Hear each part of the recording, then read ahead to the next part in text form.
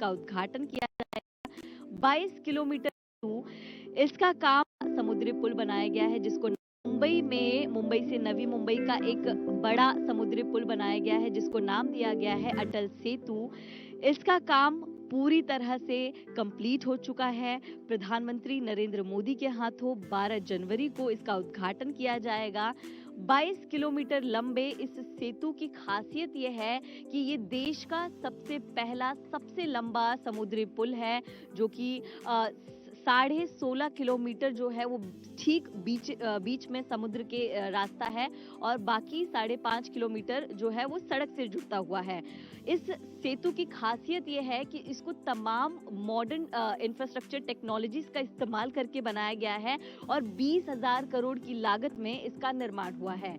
खास बात करें तो नवी मुंबई से मुंबई को ये महज 15 से 20 मिनटों में जोड़ देगा। आमतौर पर अगर आप बात करें मुंबई करो की, तो उनका कहना है कि 3 घंटे का लंबा वक्त लग जाता है नवी मुंबई से मुंबई पहुंचने में, लेकिन इस सेतु के शुरुआत होने के बाद ये वक्त बहुत ज्यादा बचेगा। अगर टोल प्राइसिंग की बात करें तो शुरुआत में 500 रुपए की बात की जा रही थी, लेकिन आज एकनाथ शिंदे ने इंडिया टीवी से बात करते हुए साफ कहा कि मुंबई करो को राहत दी जाएगी और 250 रुपए टोल जो है वो लगाए जाएंगे। 22 किलोमीटर लंबे इस सेतु की अगर और खासियत की बात करें तो आप समझ पाएंगे कि जो लोहा इसमें इस्तेमाल हुआ है वो इतनी प्रो टेक्नोलॉजी का है कि जो भी शिप यहाँ से गुजरेगी उनके डायरेक्शंस को किसी तरह का कोई मूवमेंट खराब ना हो, उसका इस्तेमाल ध्यान रखा गया है। और ये मेड इन इंडिया ब्रिज तो है ही, जापानीज टेक्नोलॉजी का इसमें इस्तेमाल जो है वो किया गया है, और लागत इसकी तकरीबन 20,000 करोड़ है। सबसे खास बात ये है कि ये मुंबई और नवी मुंबई को तो जोड़ता है, लेकिन जो बीच का हिस्सा है, जो समुद्र के आसपास का एरिया है, वो तमाम व्यापार को भी बढ़ाएगा और तीसरे मुंबई की भी शुरुआत हो सकती है। तो ऐसे में सेतु जो है 22 किलोमीटर का दो बड़े शहरों को तो जोड़ ही रहा है, लेकिन इतना खूबसूरत है, खूबसूरत सीनरीज के साथ ये जो ब्रिज है उसकी शुरुआत की जाएगी। तो मुंबई में और देश के लिए बड़े गर्व की बात है कि देश का सबसे लंबा जो समुद्र पुल है वो उसकी शुरुआत मुंबई में की जा रही है। नवी मुंबई और मुंबई को जोड़ता मुंबई ट्रांस हार्बर लिंक यानी कि MTHL देश का सबसे लंबा समुद्री पुल है, जिसका निर्माण पूरी तरह से हो चुका है। अगर आप तस्वीरें देखें तो इसको बहुत ही बड़े स्तर पर बनाया गया है।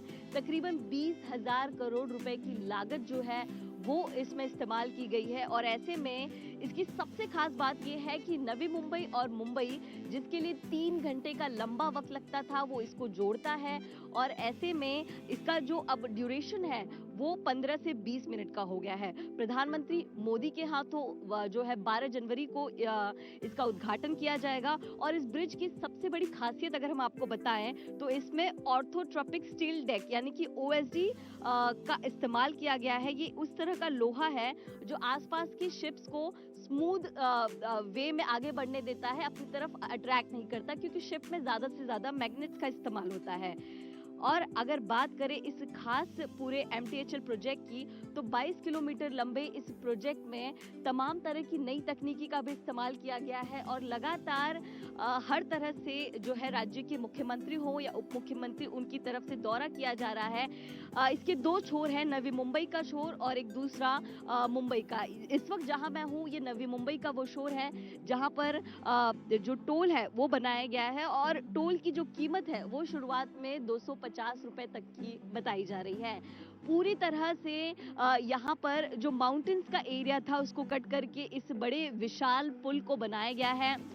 22 किलोमीटर के इस पूरे रास्ते में जो 16 किलोमीटर है वो समुद्र के बीच का रास्ता है, यानी कि पुल का रास्ता है, और जो 5.5 किलोमीटर है वो इस तरफ और आगे की तरफ यानी कि किनारे और सड़क का रास्ता है। सबसे खास बात यह है कि ये नवी मुंबई और मुंबई को जोड़ता हुआ है, यानी कि जो लाखों लोग रोज यात्रा करते हैं उनके लिए बहुत ही ज्यादा सुलभ होने वाला है। और सबसे बड़ी बात यह है कि नवी मुंबई और मुंबई के बीच का जो हिस्सा है वो तीसरी मुंबई के तौर पर भी उभर सकता है, यानी कि व्यवसाय को भी बहुत ज्यादा बढ़ावा दे सकता है। इसके साथ ही मुंबई में जो ठंडी का मौसम एक ऐसा वक्त है जब दूर दूर से फ्लेमिंगोज यहाँ पर आते हैं, वो इकट्ठा होते हैं। तो जब आपकी गाड़ी यहाँ से गुजरेगी तो फ्लेमिंगोज का एक पूरा जो झुंड है बड़ी संख्या में, वो आपको देखने मिलेगा, जो आपकी सीनरी विजुअल्स को भी बहुत ज्यादा बढ़ाएगा। अब इंतजार है कि प्रधानमंत्री नरेंद्र मोदी के हाथों 12 जनवरी को इसकी शुरुआत हो, जिसके बाद ये आम लोगों के लिए खोला जाएगा। मेरे पीछे जो आप हिस्सा देख रहे हैं, ये भारत के सबसे लंबे समुद्री पुल का हिस्सा है और यहाँ पर इसको देखकर आप अंदाजा लगा सकते हैं कि कितने विशाल स्तर पर इसका निर्माण किया गया है, जिसकी शुरुआत कुछ ही दिनों में की जाएगी। ये पूरा रास्ता मुंबई की तरफ जाता है और बहुत ही खूबसूरत सा यहाँ पर नजारा है। समुद्र के बीच से गुजरता हुआ ये रास्ता बहुत ही ज्यादा विजुअल इम्पैक्ट देता है और आसपास की जहाज जो है वो यहाँ से आसानी से गुजर जाते हैं।